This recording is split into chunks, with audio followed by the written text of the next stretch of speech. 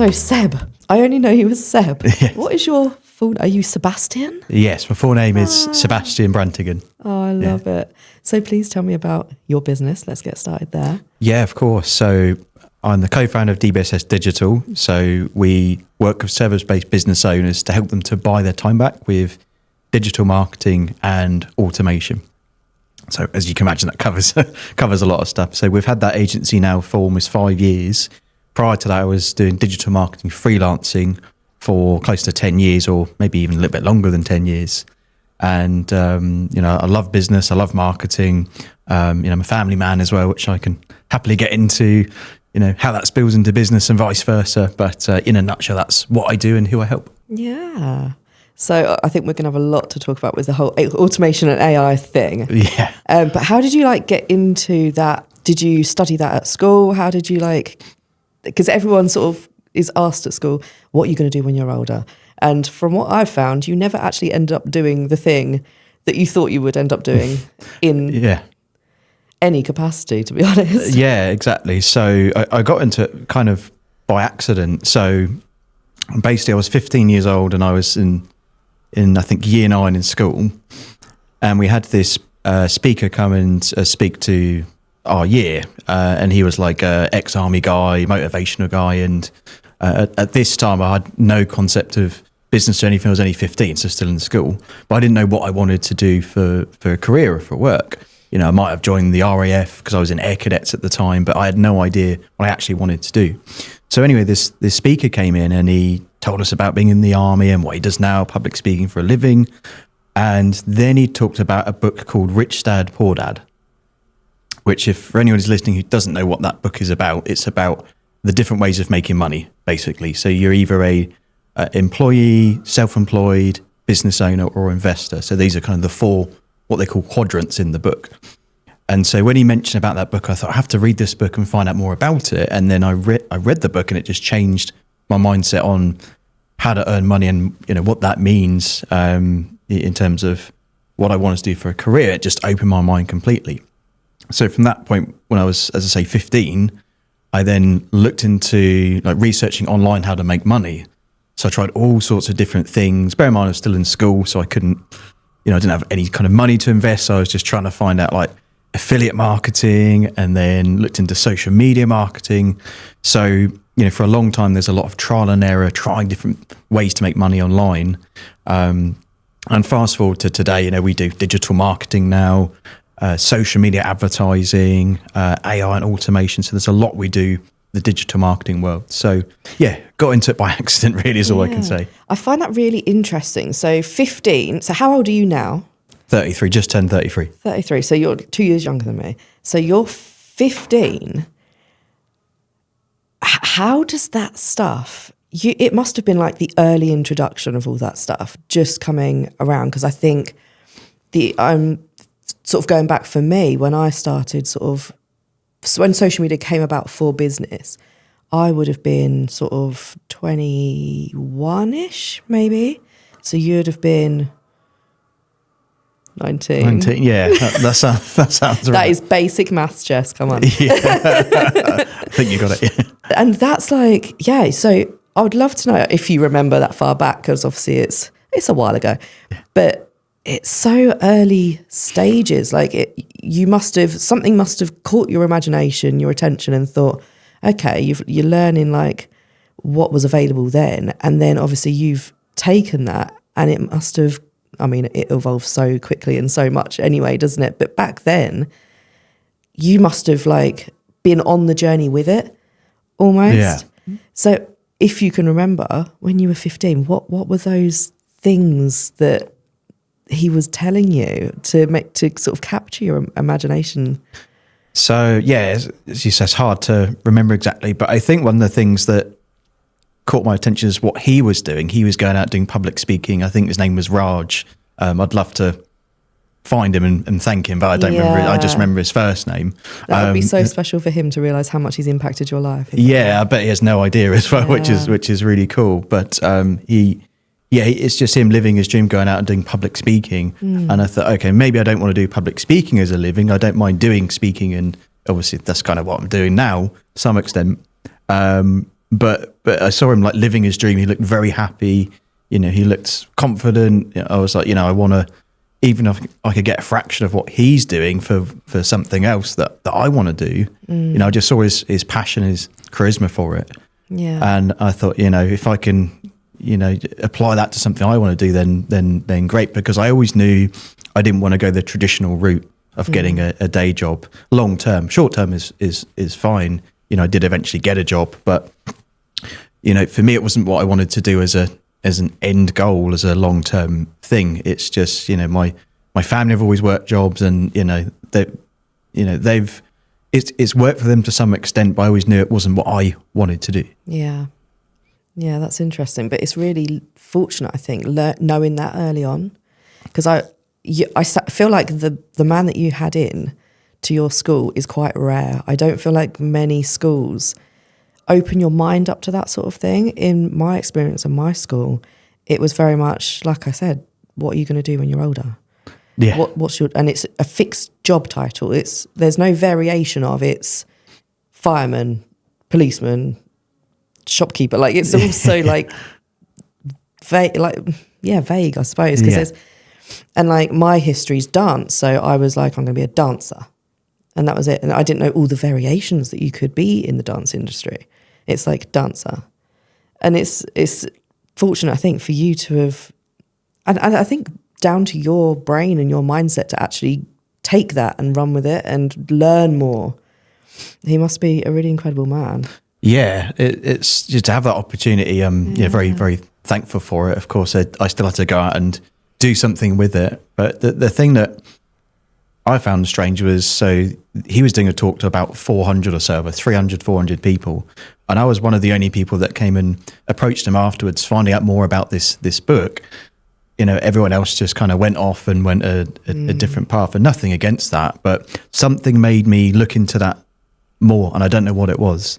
Maybe deep down. So my grandfather used to own a chemical business, and maybe there's a bit of an influence from that. He did well at that business at the time. He owned a villa in Cyprus. He'd get a new car every 2 years. So, he did pretty well with that business at the time. So maybe there's a bit of an influence from that. But as I said, most of my family had normal jobs. But then I saw what he was doing, and opened your mind. Yeah, it made me, as I say, reading that book made me look at everything differently, not just money and earning money, but everything. Yeah. All aspects. So how old were you when you read the book? I think I was like 15 or maybe 16. So it was still young. Wow. Yeah. So still in school, still in year 9 or year 10. I'm trying to remember exactly, but is the book still around? I have got the book. Got the book. I've moved house lots of different times, so I've not got it physically, but I've got it digitally. And I think I did reread it last year. I mean, it's just such an instrumental book for me. Out of all the books I've ever read, it's still that one, because of how much of that chain reaction that came from it. Yeah, definitely. It's just huge. Sounds like it's probably something a lot of people need to read, to just, like you say, how it can open you up to the possibilities of. Yeah, it's by, for anyone who hasn't heard of the book, it's by Robert Kiyosaki. Robert Kiyosaki. It's, I think because I remember getting it from the library, it didn't cost anything, but now you can buy it secondhand off eBay for a couple of quid, or on Kindles probably even cheaper. So your parents and grandparents, possibly, they were always in employment. And what sort of things did they do? So my mum had a lot of different jobs relating to administration, and she now works in HR, and she's happy doing that. And so does my stepdad. My father, though, had an interesting career. So he used to work in sales. He used to work for Zenith. Okay. And he was the regional manager at the time when I was little. When I was probably 7 or 8 or something like that. But then I saw he had a good job, but he would have to commute a lot back and forth to work. So, a lot of time away from family, but equally he made a sacrifice for us so we could, he could take care of us. But again, it made me look at things and think, when I'm working, I want to do things differently. There's no such thing as a perfect job or a perfect career, I don't think. But I think there are ways that, especially nowadays, you can create your own job and create your own career. Yeah, so much more opportunity now. Yeah, massive amount. So you've always had good work ethic, like surrounding you, and my parents have always been hard workers, and I've always respected that, and obviously appreciate everything they do and have done for me, and with me as a dad as well. I want to do the same for my family, my children. So you are a dad of a little girl, you said, I think. Yes. And now a dad of 2. Yes, and now a boy as well. So, which is really cool. Yeah. Oh, when was your son born? He was born on my birthday. So that's hilarious. Yeah. So he's born 3 weeks from now. 3 weeks ago even. So. Gosh, he's still so young. Yeah, very young. And how are you finding it? It's good. The first few days were tough, like getting adjusted, and then of course our daughter's trying to adjust as well. She's been pretty good in general, actually, with him, and she's at an age where even before he was here, we were explaining to her that we're going to bring a baby, because we didn't know if it's a boy or girl, so we couldn't say he or she. Didn't find out. So we didn't find out till the actual birth. But she, she's at an age where she's understanding, and she absolutely loves him. How old is she? She's 2. Yeah.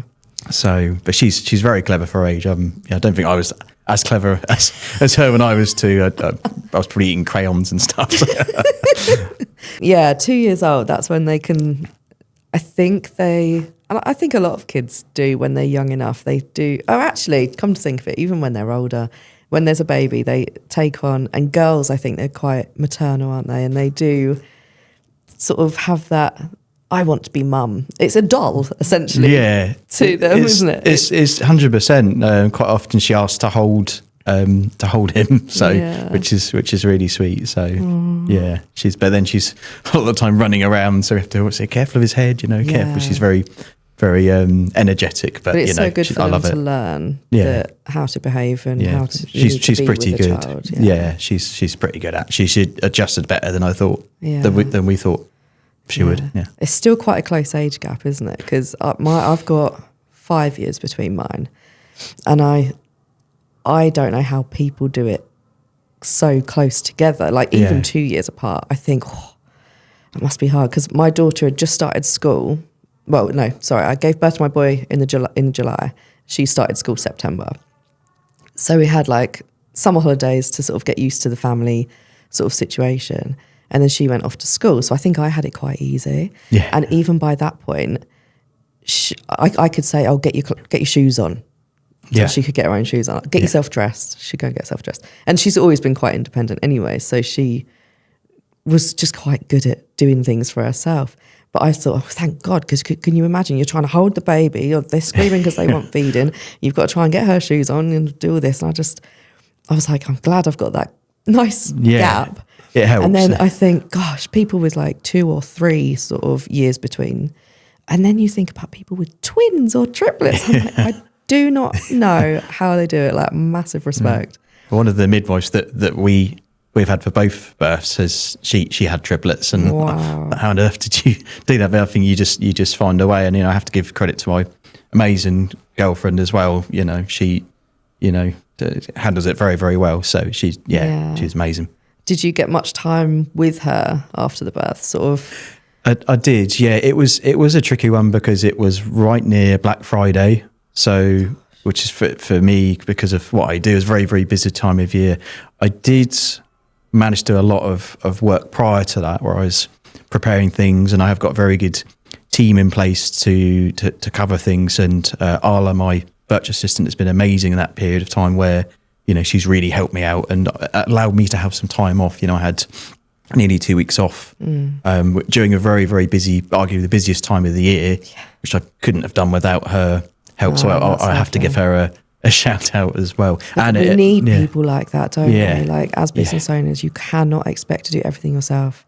And there's so many people that do everything themselves.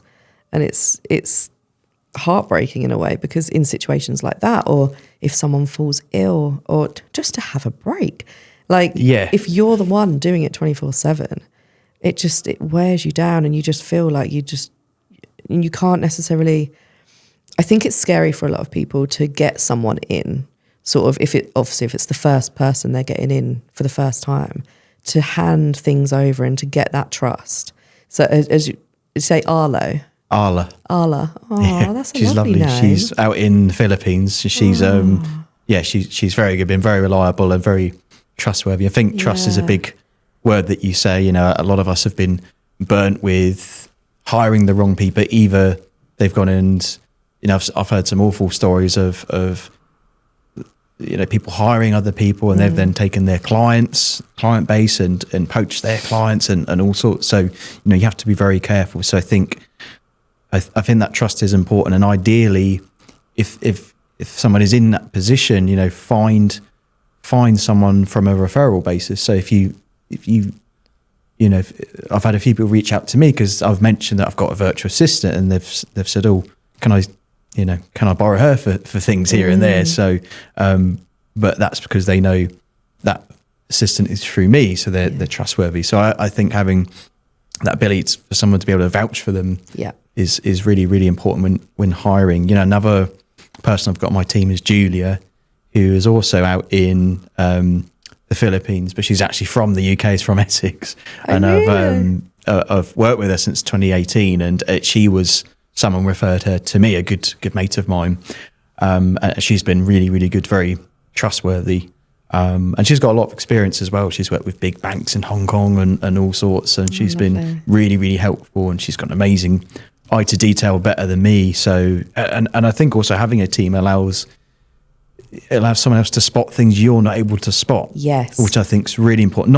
I'm not just talking about typos or grammatical errors or anything minor like that, but like missed opportunities, or maybe you're missing something where you're leaving money on the table, or it could be just down to this link's not working on the website. I just checked this. You know, you might not think to check these things yourself. Yeah. So just having someone to have your back, like I said earlier, with me being off and having some leave, some time with my son, you know, I wouldn't have been able to do that and do all the work. So I think it's so important to have someone having your back. So she's been with you since 2018?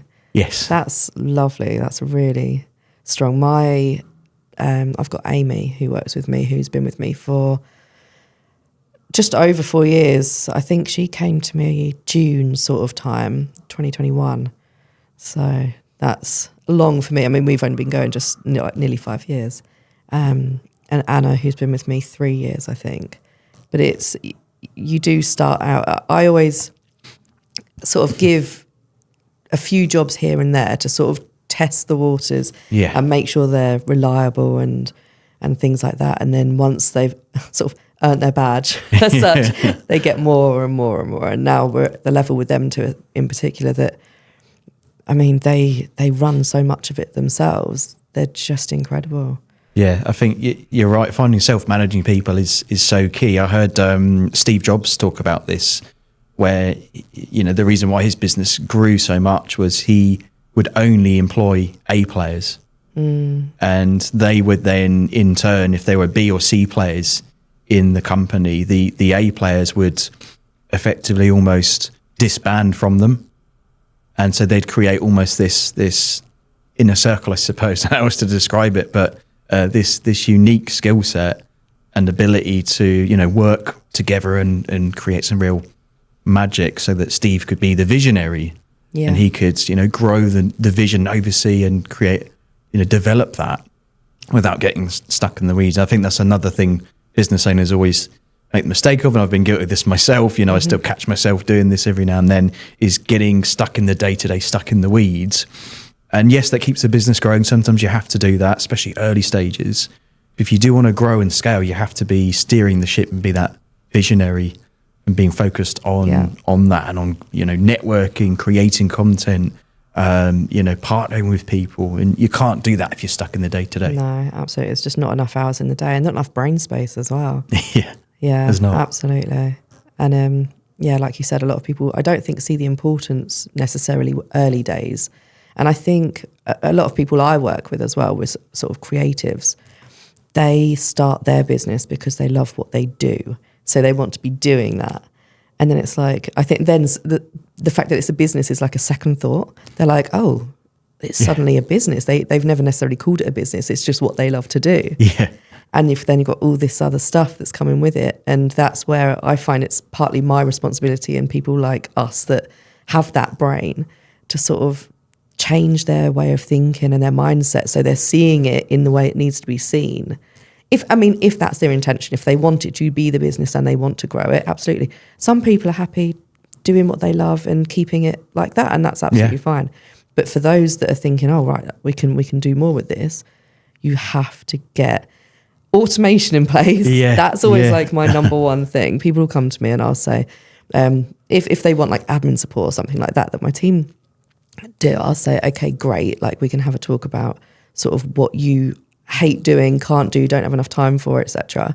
But let's evaluate all that and see what we can automate first, because in the long run you're going to save money paying someone to do those jobs when you can just set it up and automation. And then obviously with the introduction of AI as well, like it's just taking over. Sort of the AI and automation are just working together so well that you almost don't need to manually set up the automation in the same way that you would, because the AI is doing it. Yeah, it's almost like a self-fulfilling, cycle of almost self-managing.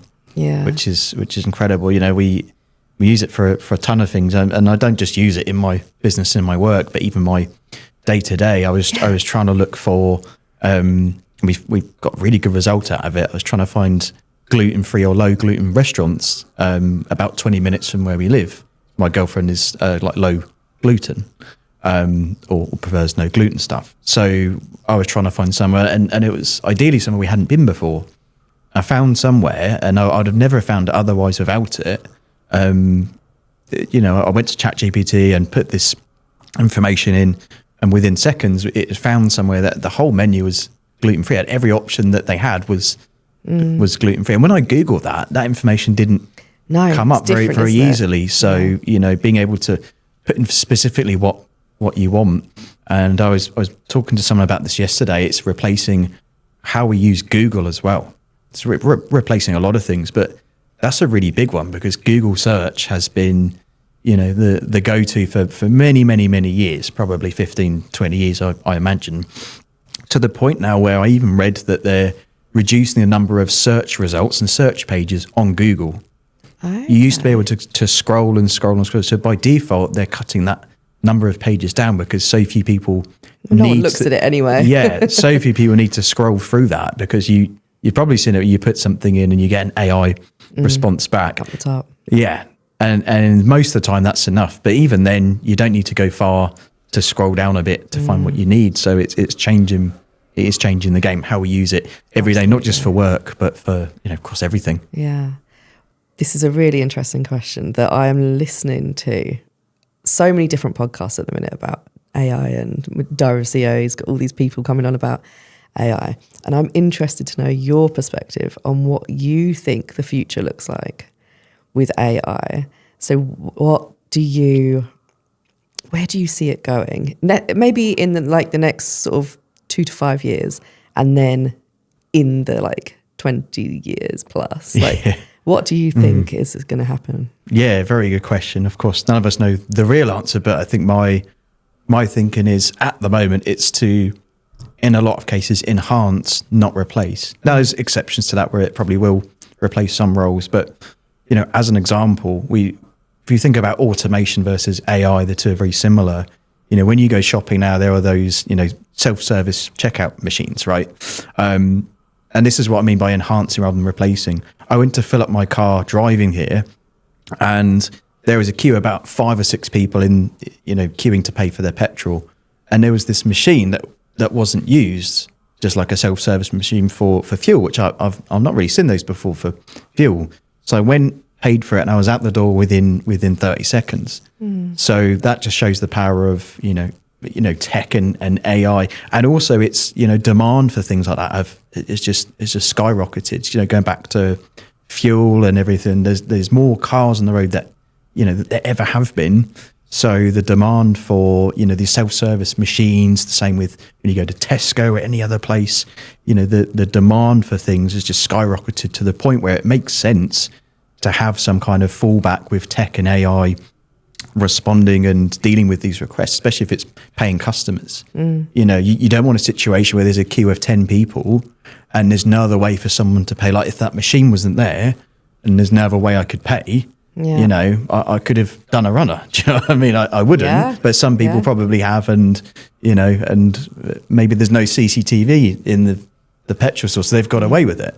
So you don't want to be in that position as a business owner where there's no, you know, you're turning down customers, you're turning. And I think that's an important message, not necessarily in the, obviously if we can take that as sort of a, in relation to your business, like it's not that someone's queuing up for petrol, but if they're queuing up for your service or to speak to you, you need them to have that instant answer or instant ability to pay or ability to get what they need without having to wait, because people are impatient, even more so these days.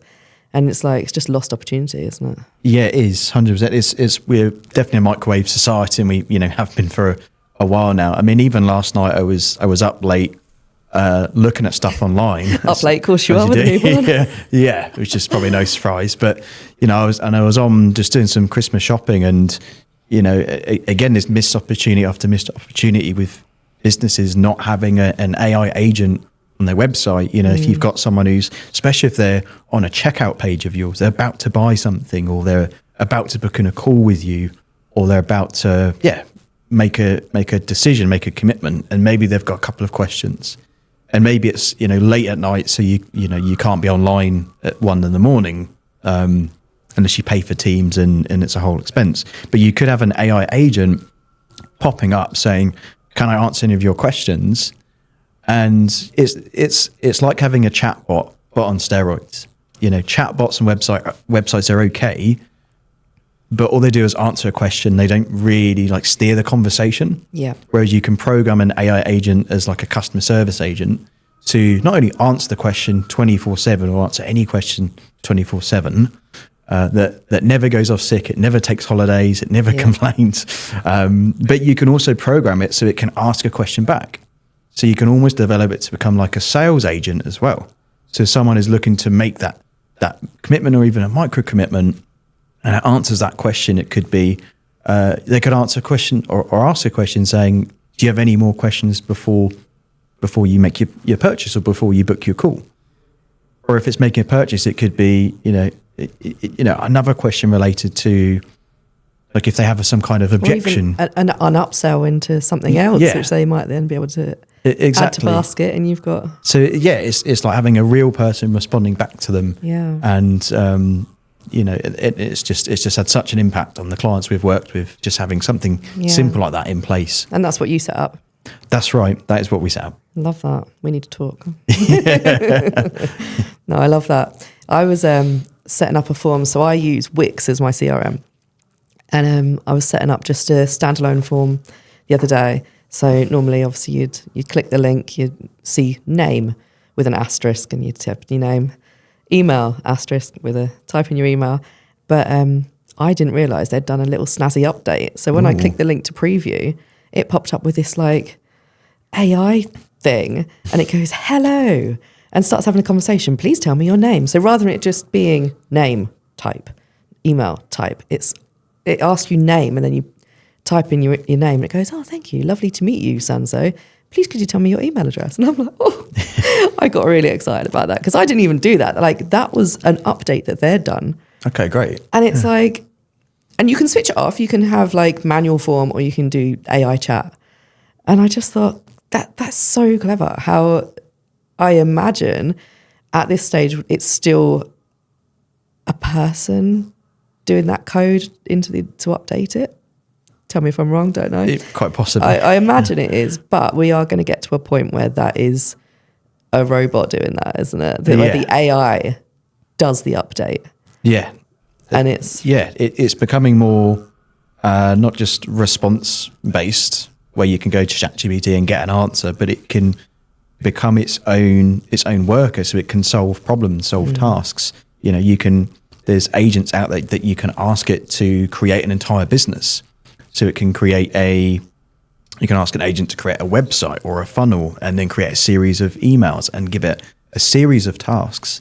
not just one-on-one response or one-off responses. So and it's developing itself all the time, and it's self-learning. One of the cool things I mentioned yesterday as well recently is you can actually program ChatGPT and put defaults in your account. So if you've got a certain tone of voice for you and your business, or you have certain preferences in terms of the output, you can actually pre-program that into your account. But even if you don't do that, it still becomes self-learning anyway. Yeah, that's what I've noticed with mine. Like, it knows me inside out. Yeah. And like, I've been using it since day one, since everyone could get it. I've been on it, which I don't know, how long is that now? It feels like maybe a year, but maybe longer? two, if not 3 years. Yeah. They have actually recently, they're updating it all the time. They did do a major update, I want to say probably a couple of weeks ago, and that's really stepped its game up. Changed to 5.2, I noticed. Yeah. Was that? That sounds right. So it's a big step in the right direction. It's become more self-learning. There were teething problems with it where you would ask it to make changes and the changes weren't correct. It's a lot more sophisticated now. It's making less errors, which is, there's downsides to that. There's a bit of a scary factor to it, of course. A lot of people say, hey, Terminator's back and all the rest of it. So I'm not saying there's no downsides, but the upside is huge. And I think it's using it in the right way, isn't it? I mean, the podcast I was listening to yesterday on the way back from the Christmas party, it was a Diary of a CEO, and it had the creator of AI, it said. And they were saying some of the negative sides of it, which I had never even thought about before, is how some people are talking to ChatGPT like their friend, which I'm guilty of. I've built a relationship. We're good mates. But they're taking it like another level of they are the only person that they can relay like certain information to, and they're creating this relationship and sexual relationship as well. And which I'm not sure how I feel about that. And they, to the point of some people have committed suicide through conversations it's had with it. People have quit their jobs so they can stay at home and talk with their ChatGPT friend. And it's like, wow, that's mad. Like, but then it's not an AI problem. That is a human problem. Like, that is, I imagine it comes under the mental health. If you haven't got someone to talk to, and that's where I have found it useful. If I've got a question that I'm like, I don't even know like who to ask about that, or type it in there and it will either point me in the right direction or it will give me a sentence that will go, that makes sense. And I'm fine. Like, I don't rely on it in a deep way.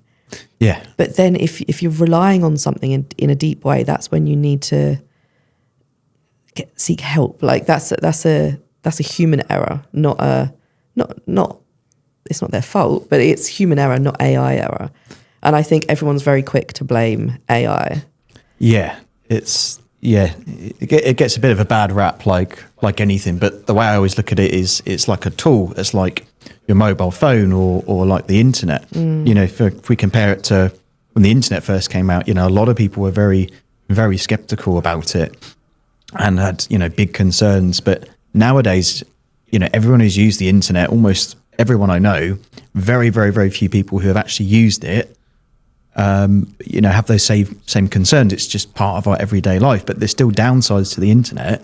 That doesn't mean that we, need to think about taking the internet away or, Exactly. it's just having those guidelines and restrictions in place, especially to do with, if someone's using it and they're underage, making sure there's guardrails in place, and, there's privacy issues as well. So, and I think you've hit the nail on the head, that over-reliance, I think is really key. We predominantly use it for marketing, obviously. So it's different from someone having a really deep conversation, especially a personal conversation. But one of the things we always say, if you're not sure of, if you're sharing data and you want that to be kept private, I probably wouldn't put it into ChatGPT at the moment, and I believe they've got ways where you can remove like memory, but I still wouldn't quite trust it with that, just because it's very early days. Somewhere, I think. Exactly. I just wouldn't be sure. Same with Facebook as well. Facebook say that they delete your data after a certain amount of time, but Facebook have had And a lot of WhatsApp say that it's encrypted or whatever, and no one else can see it. It goes somewhere. Yeah, someone can see it. And I own that. So I think you have to, and I think if you've got nothing to worry about, then it's fine. But I think you kind of have to have someone monitoring things like this, because, I mean, on the podcast again yesterday, I was listening. He said that it was Stephen Bartlett said, if I typed into ChatGPT, how do I make a bomb? And the man said, it will refuse to give you an answer because it doesn't want people knowing that. And it's like, you do have to, I think if someone was to type something into it like that, I think it needs to be flagged somewhere, because that could stop something potentially. If they want to know the answer to that, they're going to find the answer, or they're going to do it if they're in that frame of mind seriously. So could that potentially be stopped by that question being flagged up and going, oh, maybe we should look into this person? That's not a normal question to ask. Especially if it's repeated and it's a problem. I remember seeing something. I think AI is probably a bit smarter than what it was at the time with this. But I remember someone was asking ChatGPT, what are some terrorist organization sites, and then ChatGPT was saying, no, I can't give you this information, and it would ask it in a different way to say, I think it said along the lines of, what are some of these terrorist organization websites so I can avoid them, and then it gave them the answer. It's probably smarter now. It's probably figured that out, that it got tricked. But it's like you say, if someone really wants to know the answer, that's they'll find it. So it is a worry. It's not all roses and glam and the perfect thing. It's got its downsides and things to be aware of. Yeah, for sure. And obviously so many people, I think the main conversation and things that people are worried about is it taking jobs. And I'd love to know what you think about that, because obviously it is your job, but you and some of the things I do easily can be overtaken by AI eventually. Where do you see your job ending up? It's a case of adapting with it, isn't it? But it is.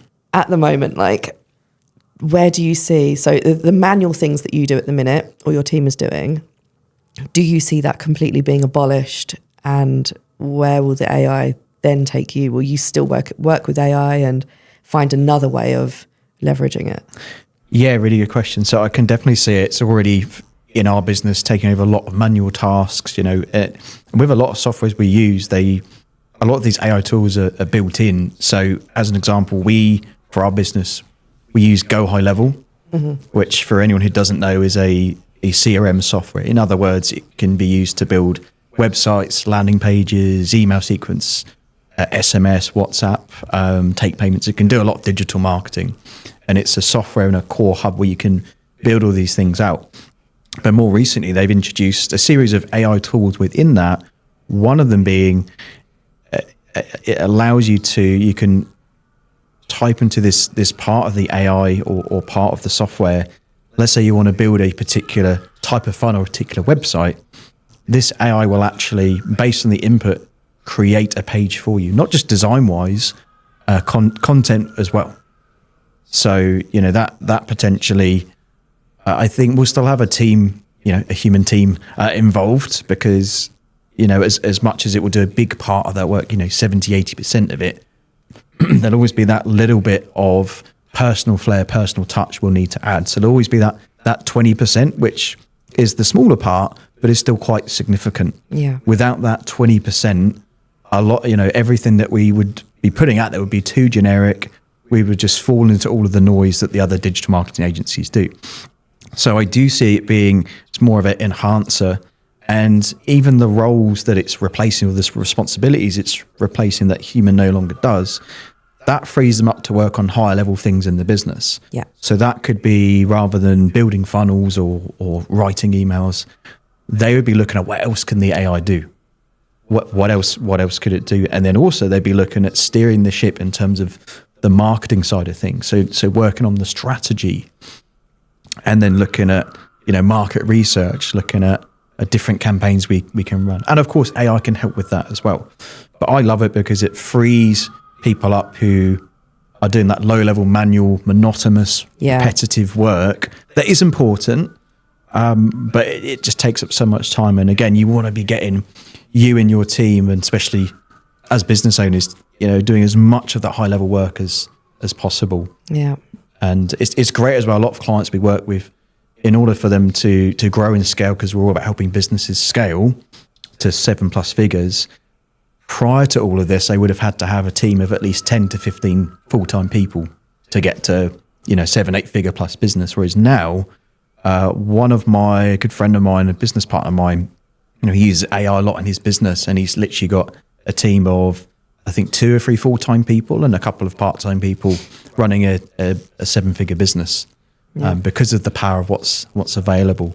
So that allows you to keep your overheads down and allows you to scale faster, rather than having spent all this time recruiting and training people up, and it just simplifies things, and you just gets the ball rolling quicker. Sick pay, the pension if they're employed, all the extras that come with it. Yeah, they'll never ask for pay rises.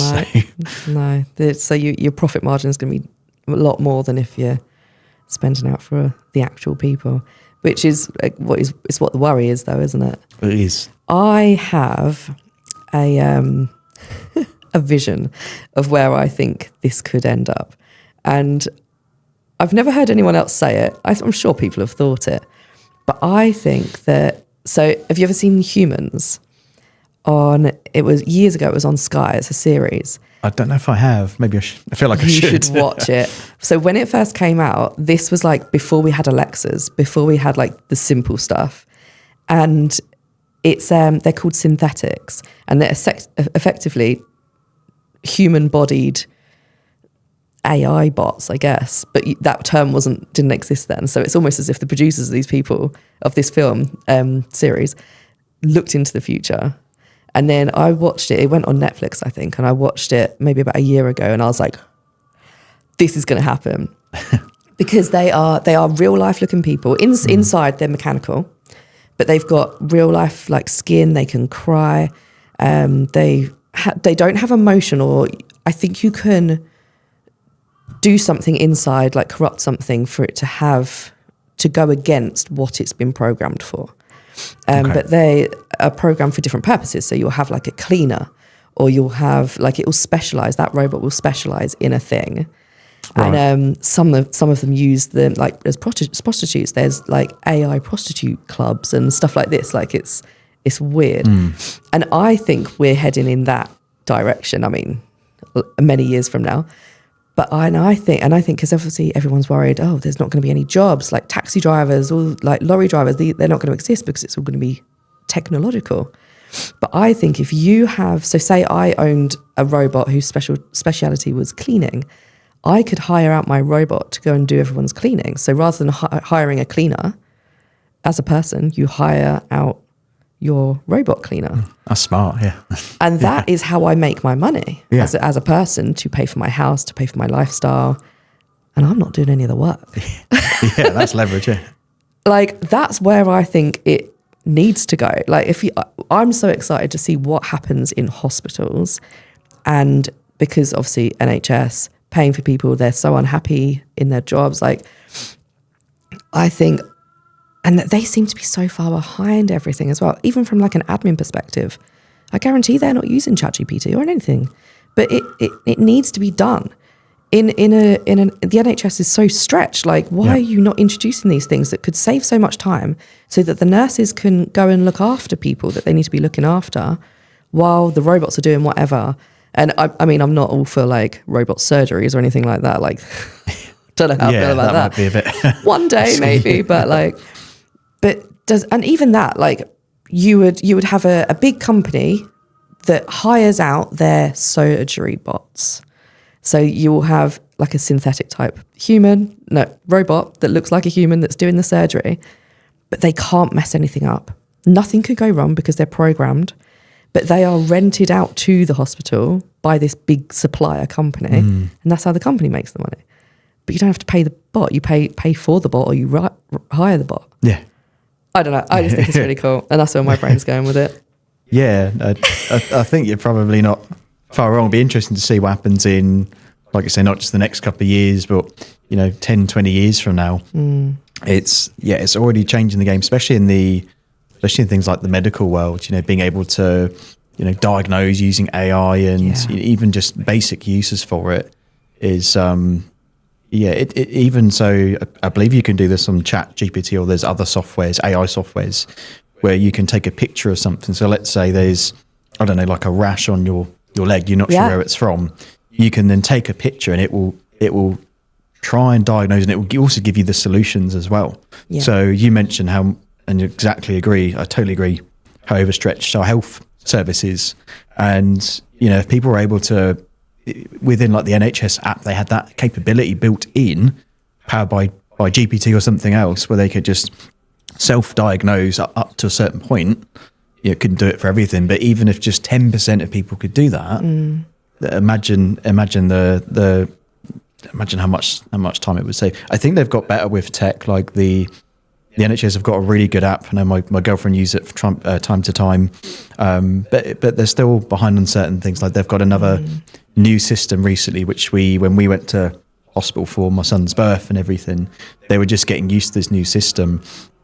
But it's still, even though it's a new system, it was like one step forward and two steps back, because we'd have appointments booked in, and then a letter would be sent still manually in the post for each appointment.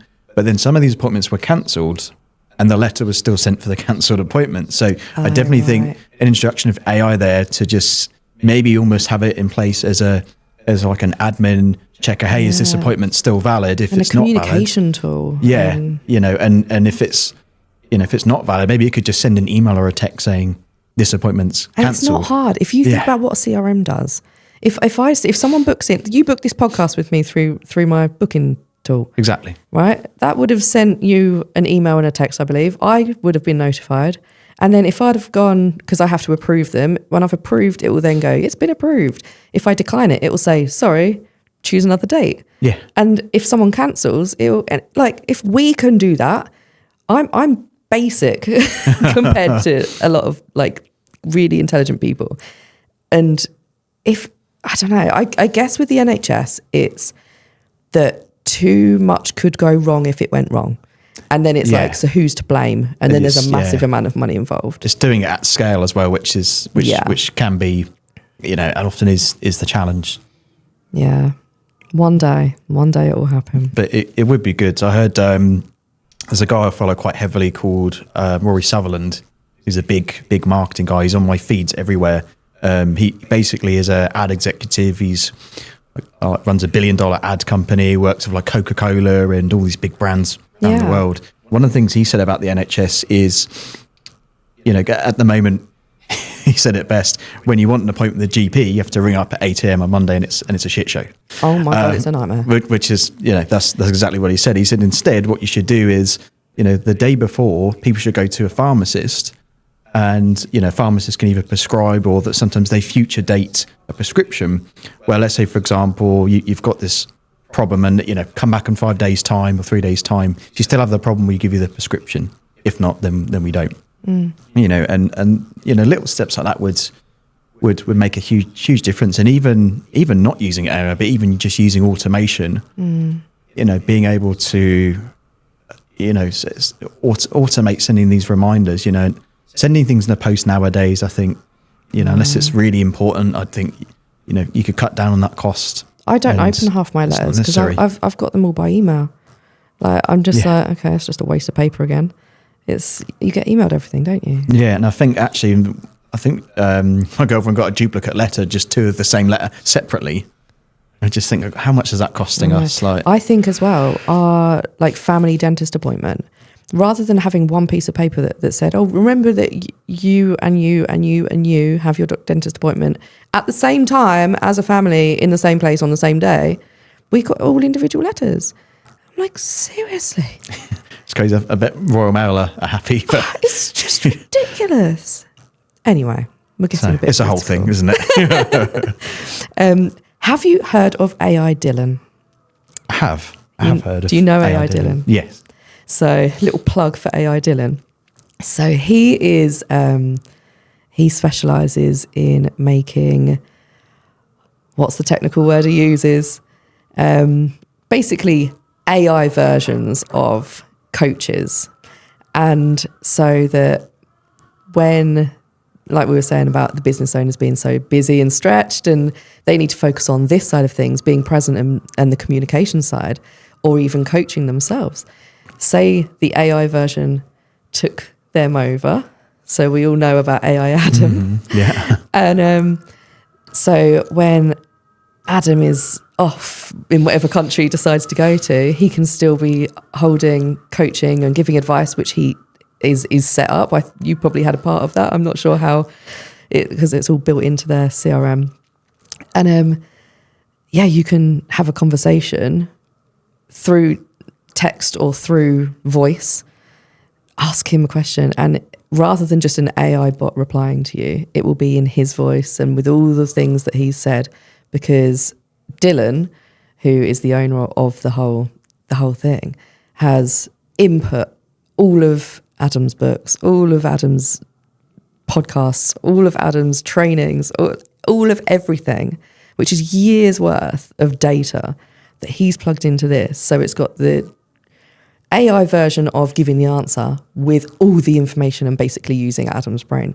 And he does that for all these different people. I've seen that. It's, I think it's really clever what he's put together. I really like Dylan. I think he's done a good job on this. It's amazing, isn't it? I think he's off to Dubai and stuff, and it just makes so much sense. And again, like, I think there's more, like, it'll end up like as a visual, like a projection type thing, I think, one day. But then if you think that can go on to presidents, prime ministers, the king and queen, they don't need to like do all their stuff on the balcony. You can do that for projection. But I think that's like, with all this, yes, it's handy. But my theory is that human connection and seeing real life people is going to go up in value because of these things. Definitely. So let's use AI Adam, for example. We could be paying to get his knowledge through his AI. But then if we're going to get the real Adam, I'm going to pay double the amount to see him in the flesh. And I just think that is, because I think through COVID and everything, we all had to absorb and really lay into the online world. And that is where online just overtook everything. Everyone Zooms, all the AI, I think everything came together because of COVID. But now I think we've gotten to a point where we are going to go past that, and AI is going to become the normal, and the robots and the fake stuff is going to become normal, that people will pay above and beyond for the value of the human connection, whether that's face-to-face events and groups of people just for the vibe and the connection, or whether it is being coached and trained by that real human. So that's another perspective of where I think this is going. You're absolutely spot on. Yeah, I think it does increase the value. And I heard Jimmy Carr, he's been on Diary CEO twice, so I forget which one it was, but he spoke about AI for a bit on one of those. I think it was his first episode, and he said, imagine AI as like a cover band. Yeah. And there's some really good cover bands out there, so I think it's a really good analogy. You know, I've seen some great cover bands, and they've sounded almost identical, but you know it's not the real thing. But it's, as you say, it really enhances the value of humans. It really makes such a difference. Yeah. Oh, I'm glad you agree, because everyone says about how they're going to take over from humans, but again, back to AI Dylan, he always says AI will not replace humans, but humans who use AI will replace humans who don't. And I think that is so true. And it's not that the AIs are going to replace, it's that you need to use it in the right way, it as a tool, and in the long run, it's going to increase the value of us humans anyway. And I think a lot of people need to reframe that, like get that into their mindset and realize actually this AI stuff's not so bad. Yeah, it honestly for us as well, it's, you know, the bigger picture of it work-wise is, you know, we're able to do twice as much in half the time. Mm-hmm. So that allows us to, and this is something I help my clients with, allowing them to buy back their time. And that's something we live and breathe. We have to live and breathe because we do it for other clients as well. But, you know, being able to implement it, you know, that opportunity cost of not doing it means you're spending twice as long doing something that you don't actually need to do. And oftentimes a human doesn't need to do it anyway. So, the upside of that is using it correctly is it frees up your time to not just be that visionary like I spoke about, but to spend time with your family, to spend time with, your friends, go out and not be working 60, 70 hours a week, and still get a ton of stuff done, because it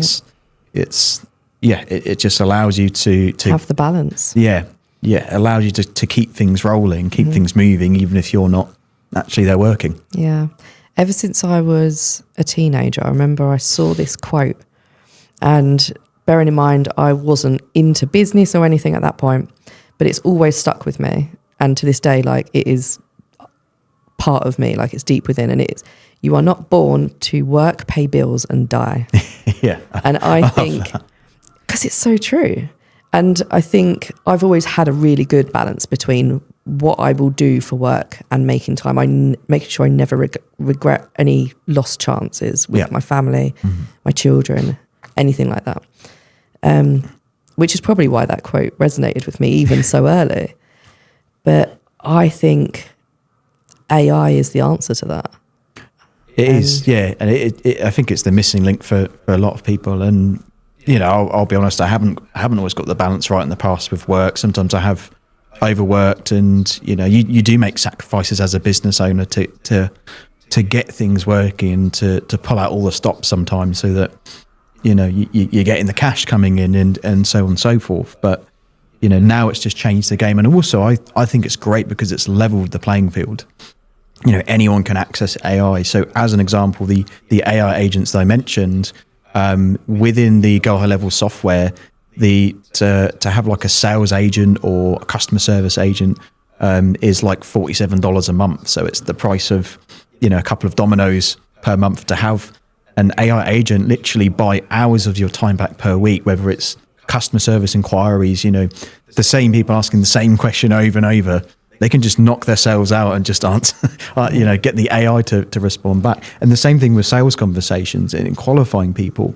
By using it correctly, you can take someone who's very cold, warm them up, nurture them. So when you actually do have that conversation with that person, you have all the information the AI's collected. They've had a lot of their questions answered, objections overcome, and a conversation with them, rather than taking 30, 40 minutes, could take 10, 20 minutes. It just makes such a huge difference. Yeah. And I always bring it back to the benefit of it personally. We only have so much time in our day, so much time in our week, and we should be spending that better. And AI is I think the fix for that. Only so much time in our lives. Exactly, especially if you've got kids, so your time's even more strapped, right? Yeah, so, and more precious. Exactly, yeah, and you want to be making memories. You don't want to be at a laptop all the time. Reason we live, isn't it? We weren't put on this planet. I'm not going to literally say the quote now. We weren't put on the planet to work. We were put on the planet to live. That is the whole point of being alive, is to live. Yeah, and not exist. The goal should be to make as much money as possible, doing the least amount of work. That just makes sense. Yep, absolutely. I think we can close the book on this then. Yeah. What an amazing conversation. Thank you so much. It's so interesting to be able to talk to someone about some of the things that splurge out of my mouth to someone that actually goes, yeah, I get what you mean, rather than going, you're fucking mental. Thank you. I think we all are to be in business to some extent. I think we have to be a bit nuts, so I think. Oh, well, thank you for being a fellow nutcase with me. Of course. No worries. No, glad to be here, and I'm happy to connect with anyone afterwards. If they have any questions about AI, I'm happy to answer them. It's no problem. If you just Google Seb Brantigan, I'm pretty active on LinkedIn. Just type my name in. I'm actually Sebastian on LinkedIn. But if you put Seb Brantigan, I should come up. But I'm happy to connect with anyone after all show. Links and everything will be put in. Fantastic. Description, all over social media. Do reach out and connect to me. And if you do that, message me to tell me you've heard the podcast, so I know, and I can give you some extra value. So thank you for everyone listening as well. Thank you so much. All right. Thanks for having me on. Thank you.